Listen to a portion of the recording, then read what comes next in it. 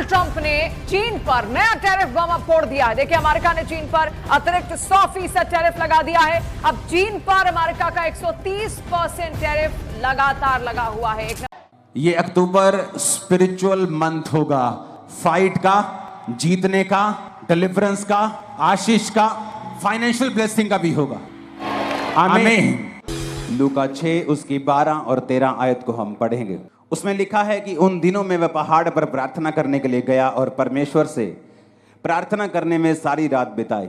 जब दिन हुआ तो उसने अपने चेलों को बुलाकर उनमें से 12 चुन लिए और उनको प्रेरित कहा। बाइबल कहती है प्रभु यीशु मसीह ने सारी रात प्रार्थना की, क्योंकि दिन को परमेश्वर को चेलों को चुनना था। एक इंपॉर्टेंट काम परमेश्वर ने करना था। परमेश्वर ये नहीं चाहते थे कि वो चर्च को, कलीसिया को, लोगों को, क्योंकि प्रभु जानते थे कि उनका एक लिमिटेड टाइम है जो उन्होंने जीना है और उसके बाद क्रूस पर चढ़ना है, मरना है और फिर तीसरे दिन मुर्दों में से जी उठना है, फिर 40 दिन प्रीच करना है और उसके बाद 41वें दिन स्वर्ग पे चले जाना है और फिर उसने लेने आना है। ये परमेश्वर को मालूम था। तो परमेश्वर जानते थे कि उसके जाने के बाद वो चेले काम करेंगे जिन्होंने परमेश्वर से सीखा है। इसलिए अगर आप बाइबल को ध्यान से पढ़ेंगे तो परमेश्वर ने कुछ महीने ही लोगों के साथ उनको चंगा करते हुए और उनको प्रीच करते हुए बिताए। कुछ लोग 34 दिन कहते हैं, हम 2 महीने भी लगा लें। और बाकी के 3.5 साल उसने चेलों को ट्रेंड करने के लिए, चेलों को सिखाने के लिए बिताए, क्योंकि परमेश्वर ये जानते थे कि अब ये मेरा सुसमाचार चेले आके लेके जाएंगे। तो परमेश्वर ये जानते थे कि मैं चर्च को कमजोर लीडर ना दूं, डाइवर्टेड लीडर ना दे दूं, शारीरिक अगुवे ना दे दूं, गलत अगुवे ना दे दूं। तो परमेश्वर ने अपने डिसीजन को सही करने के लिए सारी रात प्रार्थना की। लेकिन आज का विश्वासी जब पता है कि सुबह एक बड़ी अच्छी डील करने के लिए जाना है, रात को वो मोबाइल पे लगा होता है और 2 बजे व्हाट्सएप चला के, फेसबुक चला के, सारे दोस्तों को इंस्टाग्राम पे चेक करके फिर वो सोता है और फिर लाइफ में गलतियां करता है और फिर इल्जाम दूसरों पे डालता है। यार ये बंदा गलत मिल गया लाइफ, यार मेरा पार्टनर गलत मिल गया, बिजनेस पार्टनर सही नहीं मिलिया मैनू, यार मैनू उन्हें धोखा दे दिता। जीसस जानते थे कि अपना फेलियर किसी के ऊपर डालने के बजाय ये अच्छा है कि मैं सारी रात परमेश्वर से प्रार्थना करूं और परमेश्वर से अगुवाई को मांगूं ताकि मैं कोई भी गलती ना करूं। हालांकि उन 12 चेलों में से एक व्यक्ति शैतान था, यहूदा इस्करियोती, लेकिन वो भी परमेश्वर की इच्छा के नीचे ही था कि उसका चेला ही उसे पकड़वाएगा। लेकिन आज कितने विश्वासी हैं जो अपनी लाइफ के इंपॉर्टेंट डिसीजंस लेने हो तो वो प्रार्थना के साथ जाते हैं। आपके बच्चों को कौन से स्कूल में डालना है, ये प्रार्थना का विषय है। आपको किस जगह पर कैसे सेवकाई करनी है, प्रार्थना का विषय है। इस सेवकाई को करने से पहले, इस सेवकाई को शुरू करने से पहले मैं लंबी लंबी रातों प्रार्थनाओं में रहा हूं कि मुझे किस तरह से शुरुआत करनी है, कहां करनी है, मुझे कुछ मालूम नहीं था। बाइबल कहती है प्रार्थना छुटकारे को लेके आती है, लेकिन आज कितने विश्वासी हैं जो प्रार्थना करते हैं। अक्टूबर महीना एक बहुत स्पिरिचुअल महीना है और सबसे इंपॉर्टेंट महीनों में एक है आप लोगों के लिए। मैं आपको बता रहा हूं स्पिरिचुअली, मैं इसमें डिटेल में नहीं जाना चाहता। लोग जादू और टोनों के नीचे रहते हैं इन महीनों में, लेकिन इन्हीं महीनों में परमेश्वर का आत्मा भी आपकी लाइफ में बड़े काम करना चाहता है। बहुत लोग ये जानते हैं कि प्रार्थना करने से वो छूट जाएंगे, लेकिन जब भी वो प्रार्थना करने के लिए बैठते हैं शैतान पूरी तरह से उन पे फाइट करता है। आपको जब प्रार्थना करने का समय होता है, हर तरह के नेगेटिव ख्याल आपके मन में आता है, हर तरह का अविश्वास आपके मन में आता है। तो मैं भी ये क्वेश्चन करना चाहता हूं कि जब आप प्रार्थना करने के लिए बैठते हैं तभी ऐसा क्यों होता है? आप टीवी देखने के लिए बैठते तब ऐसा क्यों नहीं होता? जब आप प्रार्थना करने के लिए बैठते हैं तभी नेगेटिव बात मन में क्यों आती, तभी पाप मन में क्यों आता है? क्योंकि शैतान को मालूम है प्रेयर में छुटकारा है। उसको पता है कि प्रेयर के द्वारा ही आप अगले लेवल तक जा सकते हो। उसको पता है कि प्रेयर के द्वारा ही आप ऐसे डिसीजन ले सकते हो जो आप अपने दिमाग से कभी नहीं ले पा रहे थे। क्योंकि उसको पता है कि जब आप प्रेयर करेंगे तो परमेश्वर आपकी स्पिरिट में आपकी अगुवाई करेगा। झट से आपको अंदर एक लाइट की तरह जगता है, जैसे लाइट जगती है ना एकदम कमरे में, वो मोमेंट एक लाइट की तरह होता है। जस्ट आपकी स्पिरिट में ऐसे आता है लाइट की तरह, और आपको मालूम होता है कि परमेश्वर ने आपसे बात की है। लेकिन ये सारी चीजें प्रार्थना में होती हैं और वचन पढ़ने के दौरान होती हैं, जब आप प्रार्थना वाले स्थान में होते हैं और आप वचन पढ़ते हैं। आप जानते हैं बाइबल में लिखा है कि प्रभु यीशु मसीह के कोड़े खाने से आप लोग चंगे हुए। लिखा है कि नहीं लिखा? तब भी कुछ विश्वासी बीमार रहेंगे। ऐसा क्यों? अगर यीशु मसीह के कोड़े खाने से हम चंगे हुए हैं, अगर हमारे परमेश्वर ने प्राइस पे कर दिया है, मूल्य अदा कर दिया है, तो फिर भी बीमारी क्यों? बीमारी इसलिए क्योंकि बाइबल का वचन कभी भी अपने आप पूरा नहीं होता। जिस तरह इंडिया का संविधान जो आपको ताकत देता है, जो ये कहता है कि जब आपने एक प्रॉपर्टी के पैसे पे कर दिए और वो प्रॉपर्टी की रजिस्ट्री आपके नाम के ऊपर है तो कोई दूसरा उस पर कब्जा नहीं कर सकता, लेकिन फिर भी लोग कब्जा कर लेते हैं, हाँ या ना? फिर आप क्या करते हैं? आप कोर्ट में जाते हैं, आप कोर्ट में जाके बोलते हैं जज साहब को, जज साहब आपके संविधान में लिखा है कि ऐसा ऐसा ऐसा लॉ है, इस लॉ के मुताबिक ये मैं इस प्रॉपर्टी का मालिक हूं, कागज मेरे नाम पे हैं। तो वो जज डिसीजन देता है, जब सब कुछ जांच परख लेता है कि उस बंदे को बाहर निकाला जाए। लेकिन अगर आप केस नहीं करेंगे तो वो बंदा जो है वो आपकी प्रॉपर्टी के ऊपर कब्जा किए रहेगा। आप रोते रहिए, आप करलाते रहिए, आप भीख मांगते रहिए, आप रेंट पे रहते रहिए, आप कुछ भी करते रहिए, नुकसान झेलते रहिए, लेकिन ये सारी चीजें आपका छुटकारे का कारण नहीं बन सकती जब तक आप केस नहीं करेंगे। उसी तरह से आपको परमेश्वर के वचन जो बाइबल में लिखे हैं अपने आप से कभी भी पूरे नहीं होंगे जब तक आप इन वचनों को लेंगे नहीं। जब 2005 में बीमार था, जब मैंने आपको अपनी बाइबल, पहली बाइबल दिखाई थी, तो वो कहीं कहीं से काली है, कहीं कहीं से वो येलो है। क्यों? क्योंकि मेरे सिर पे जब मेरे को मेंटली अपसेट के अटैक होते थे तो बहुत सारा अनॉइंटिंग ऑयल मेरे सिर पे लगा रहता था। तो जब वचन मेरे सामने आता था, जहां हीलिंग होती थी, जहां कोई छुटकारे का वचन होता था, तो मुझे रोना आता था और मैं बाइबल को पकड़ के ऐसे सिर पे लगाता था, वो तेल लगता था पेपर्स के ऊपर, वो काले हो जाते थे। तो मैं प्रभु से पूछता था कि परमेश्वर तेरे वचन में लिखा हुआ है, मैंने थोड़ी लिखा है, ये वचन मैंने थोड़ी बनाया है, तेरे वचन में लिखा हुआ है कि तेरे कोड़े खाने से मैं चंगा हो चुका हूं, अब ये तेरा वचन मेरी जिंदगी में पूरा हो। अपने आप कुछ नहीं होगा। पेंटिकोस्ट के दिन चेले प्रार्थना कर रहे थे। क्या प्रार्थना कर रहे थे? जब पवित्र आत्मा उतरा, मैंने लोगों को पूछा, मैं लोगों को पूछता हूं क्या प्रार्थना कर रहे थे कि पवित्र आत्मा उतरा? कहते जी प्रार्थना कर रहे थे कि परमेश्वर तेरा आत्मा उतरे। मैंने कहा ऐसा तो नहीं लिखा बाइबल में। वचन कहता है, उन्होंने पुराने नियम का वचन निकाल के योएल नबी की पुस्तक निकाली और कहा प्रभु तेरे वचन में लिखा है अंत के दिनों में तू अपना आत्मा सब मनुष्यों के ऊपर उंडेलेगा। अब तू अपने लिखे हुए वचन के अनुसार अपना आत्मा दे। जब परमेश्वर आपको लिखे हुए वचन से प्रार्थना करते हुए देखता है तो वो आपकी प्रार्थना मोड़ सकता है, खाली भेज सकता है, लेकिन वो अपने लिखे हुए वचन के बीच से की गई प्रार्थना को खाली नहीं भेजता। एक विश्वासी को कैसे प्रार्थना करनी चाहिए? आज बड़े ध्यान से इस प्रार्थना को, इस वचन को सुनना। अगर आपने सुना और माना, लाइफ सेम नहीं होगी, उत्तर आएंगे, आपकी लाइफ रिलीज होगी, शैतान से डिलीवरेंस होगी, हर तरह से आप ऊंचा जाएंगे। अब आपको बात बड़े ध्यान से समझना है। एक विश्वासी को प्रार्थना कैसे करनी चाहिए ये मैं आपको समझाता हूं। ये मैं उन लोगों को समझाता हूं कई बार जो मेरे पास मिलने के लिए आते हैं, लेकिन आज मैं आप सबको समझा रहा हूं। एक विश्वासी को प्रार्थना कैसे करनी चाहिए, कौन सी प्रार्थना है जिससे आपकी लाइफ में रिजल्ट आता है। अब आपने ये बात समझ ली कि प्रार्थना जरूरी है। प्रार्थना नहीं करेंगे परमेश्वर उत्तर नहीं देगा। उसने लिखा है मांगो तो दिया जाएगा। वचन, ये आप बोलेंगे वचन में तो लिखा है कि परमेश्वर मांगने से पहले जानता है तुम्हें किन वस्तुओं की जरूरत है। हाँ, वो जानता है तुम्हें किन वस्तुओं की जरूरत है, लेकिन देता तभी है जब तुम मांगते हो, क्योंकि वो अपने वचन को पूरा करता है। मांगो तो दिया, ढूंढो तो तुम, खटखटाओ तो तुम्हारे लिए खोला जाएगा। अब शैतान बुरी कोशिश करता है कि जब तुम प्रार्थना करने के लिए बैठो तुम्हें फोन याद आ जाए, तुम्हें सॉन्ग याद आ जाए, तुम्हें कुछ बात याद आ जाए, तुम्हें काम याद आ जाए, एनीथिंग पॉसिबल, पॉजिटिव और नेगेटिव एनीथिंग वो आपको याद करवाएगा, क्योंकि उसको मालूम है कि प्रार्थना ही एक ऐसा एक लौता माध्यम है जिसके द्वारा तुम परमेश्वर के साथ जुड़ते हो और आगे बढ़ते हो और परमेश्वर का आत्मा तुम्हारी अगुवाई करता है। जो मैंने अपनी मसीह लाइफ में देखा है, मैं आपको उस एक्सपीरियंस से और वचन से आपको बताता हूं प्रार्थना कैसे करनी चाहिए। आपको दिन में सुबह प्रार्थना करनी चाहिए, आपकी पर्सनल प्रेयर, जिसमें आप सिर्फ अपने लिए, अपने परिवार के लिए, अपने काम के लिए, अगर आप पास्टर हैं तो अपनी सेवकाई के लिए आप प्रार्थना करते हैं। अगर आप सुबह 1.5 घंटा प्रार्थना करने के लिए बैठे हैं क्योंकि उसके बाद आपको काम पे निकलना है, तो आपको पौना घंटा प्रार्थना करनी है, 45 मिनट। आधा घंटा आप वचन पढ़ें और बाकी का 15 मिनट आप वचन को खोलें और अपनी लाइफ के मुताबिक, मान लीजिए एक विश्वासी बीमार है, वो नीति वचन को निकाले 3 को, वो यशाया 54 को, वो भजन संहिता 103 को, वो इस तरह के वचन निकाले जहां परमेश्वर ने आपको शारीरिक चंगाई की वायदा किया है। आप उस वचन को पढ़ें कि परमेश्वर तेरे वचन में लिखा है। जिस तरह जब मुझे रोग था तो मैं परमेश्वर को बोलता था कि प्रभु तेरे वचन में लिखा है भजन संहिता में कि तू मुझे दीर्घ आयु से तृप्त करेगा। तो मैं प्रभु से बात करता था, लड़ता था, जैसे फाइट करते हैं। किससे? वचन से। इमोशनल फाइट नहीं, उसका कोई फायदा नहीं। वचन से फाइट करना। परमेश्वर कहता है वचन से अपने प्रमाण मुझे दो, सबूत दो मुझे। क्यों मैं तुम्हें चंगा करूं, क्यों तुझे बच्चा दूं, सबूत दो। क्या है सबूत? सबूत वचन है। तो प्रभु से मैं बोलता था, प्रभु तेरे वचन में लिखा है कि तुम मुझे दीर्घ आयु से तृप्त करेगा। तो क्या इस रोग के साथ मैं दीर्घ आयु जी सकता हूं?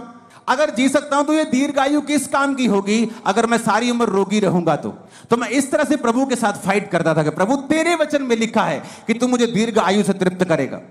आशा और लोभ और लालच आपके पीछे पड़ेगी, लेकिन आपकी दृष्टि यदि परमेश्वर के सम्मुख या परमेश्वर पे लगी है तो आप भटकने नहीं पाए।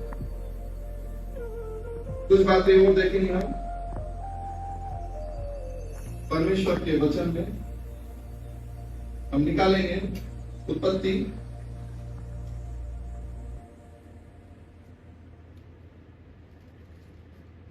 2 अध्याय और उसका 15। यहोवा परमेश्वर ने आदम को लेकर अदन के वाटिका में रख दिया कि वो उसमें काम करे और उसकी रक्षा करे। यहोवा परमेश्वर ने आदम को यह आज्ञा दी कि वाटिका के सब वृक्षों का फल बिना रखे खा सकते, पर भले या बुरे का ज्ञान का जो वृक्ष नहीं, उसका फल तो कभी ना खाना, क्योंकि जिस दिन उसका फल खाएगा उसी दिन अवश्य मर जाएगा। तब यहोवा ने आदम को लेकर अदन की वाटिका में रख दिया कि वह उसमें काम करे और उसकी रक्षा करे। वह उसमें काम करे और उसकी रक्षा करे। आप समझ रहे हैं अर्थात? किसी भी मनुष्य को परमेश्वर ने नहीं कहा कि वो काम नहीं करे। आदम से लेकर के अभी तक हर एक व्यक्ति को परमेश्वर ने कहा वो काम करे और जो कुछ परमेश्वर ने दिया है उसकी रक्षा भी। अगर आप एक परिवार से जुड़े हैं तो आप परिवार के प्रति आपकी जिम्मेदारी बनती है कि आप उस परिवार के लिए काम करें और उस परिवार की रक्षा करें। लेकिन यहाँ मेरा एक टॉपिक यह है कि जब तक उन्होंने परमेश्वर की बात को रखा, अर्थात जब तक उन्होंने परमेश्वर के उस संतोष को अपने पास बनाए रखा, तब तक परमेश्वर उनके पास प्रतिदिन आता रहा और प्रतिदिन मिलता रहा। लेकिन एक असंतोष भरा लालच उनके जीवन में जैसे ही शैतान ने दिया, क्या दिया कि एक ऐसा वृक्ष जो परमेश्वर ने बनाया है, तो उसने उसे देखा और जब स्त्री ने देखा तो लिखा है कि वो देखने में बहुत कितना अच्छा और सुंदर था। ऐसा लगा जैसे उसे खाने से बहुत कुछ हमें संसार ऐसा ही है, हमें जो कुछ दिखाता ना वो बहुत अच्छा दिखाता, लेकिन वो अच्छी चीज कब विनाश के समुद्र में डुबा देगी आपको मुझे पता नहीं। आज मैं आदम और हवा के द्वारा आपके बीच में इस बात को कहना चाहूंगा कि परमेश्वर की बात को छोड़ और किसी बात को नहीं मानेंगे तो विनाश के समुद्र में डूब जाएंगे।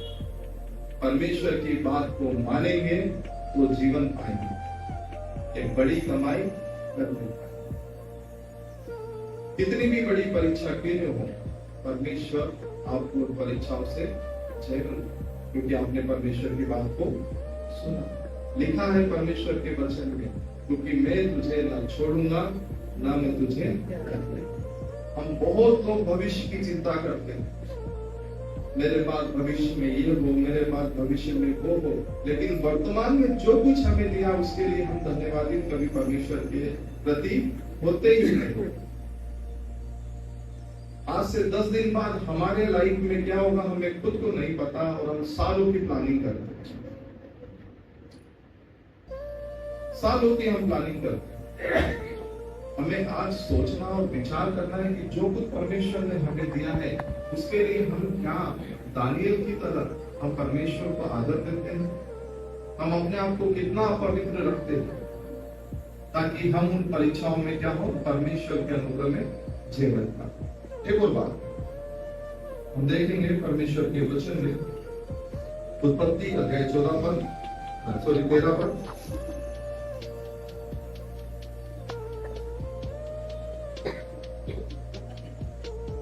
तेरह का एक पद पढ़ेंगे और उसके बाद दूसरा हम बताऊंगा। तब अब्राहम अपनी पत्नी और अपनी सारी संपत्ति लेकर लूत को भी संग लिए हुए मिस्र को छोड़कर कनान के दक्षिण देश में आया और इसी का 18 पद पढ़ेंगे। इसके पश्चात अब्राहम अपना तंबू उठाकर मम्रे के बातवृक्ष के बीच में नगरों में से यात्रा करने लगा और वहां भी यहोवा की एक वेदी बनाई। यहाँ पर देखते हैं, जब अब्राहम लूत से अलग हुआ तो लूत ने कौन सी जगह देखी?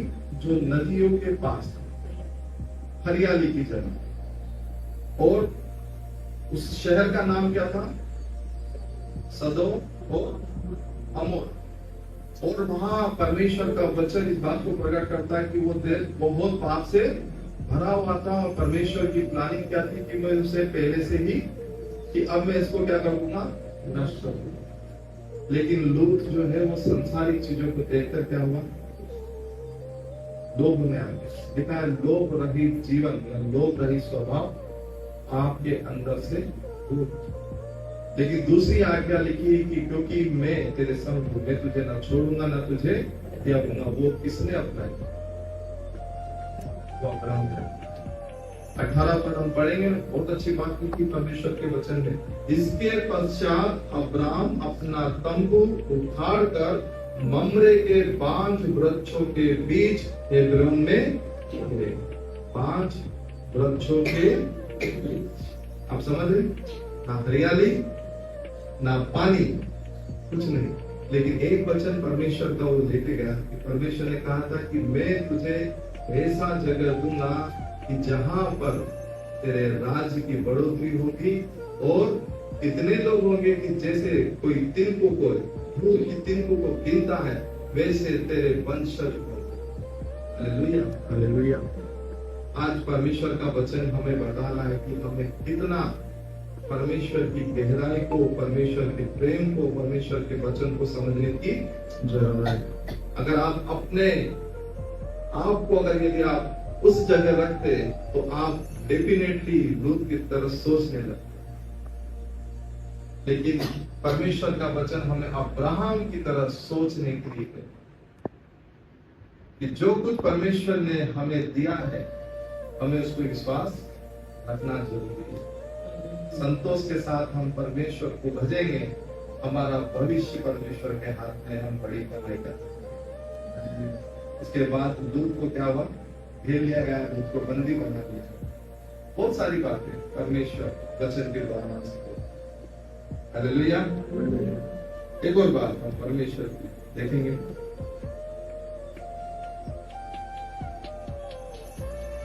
एक दृष्टांत हम यहाँ पर, एक बात, एक परमेश्वर का वचन हम यहाँ पर देखते कि जब वो जा रहा था तो लोगों ने देखा और लोग उसके पास बैठ गए और परमेश्वर के वचन को वो सुन रहे थे। और जब काफी समय हो गया, जब शाम हो गई तो उसके चेले कहते हैं कि अब इन्हें क्या कर, विदा कर, क्योंकि देर काफी हो गई। क्योंकि वो कुछ जो है वो अपने लिए भोजन को प्राप्त कर ले, भोजन को ले लेता कि वो भरपेट भोजन ताकि प्राप्त कर। लेकिन वो जिस स्थान में थे, वो स्थान जो है वो बहुत दूर। प्रभु का वचन देखेंगे, जब दिन ढल गया तो उसके चेले उसके पास आकर कहने लगे, ये सुनसान जगह, ये सुनसान जगह, यहाँ कुछ भी ऐसा नहीं है कि हम उनको भरपेट भोजन। मेरे प्रियो, चेले असंतुष्ट थे क्योंकि इतने सारे लोग उन्हें दिखाई दे रहे थे। और वर्तमान में जो हमें दिखता है, हम परमेश्वर की योजनाओं को समझ रहे हैं, लेकिन जो परमेश्वर के साथ चलता है वो बहुत जल्दी उस अनुग्रह की उपलब्धि को प्राप्त करता।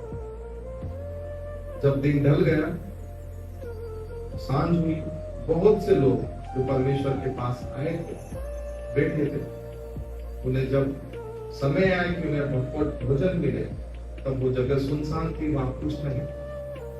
और मोल लेने के लिए ना तो उनके पास पैसे थे, ना इतना समय था कि वो बाहर से जाके उन लोगों को वहां पर,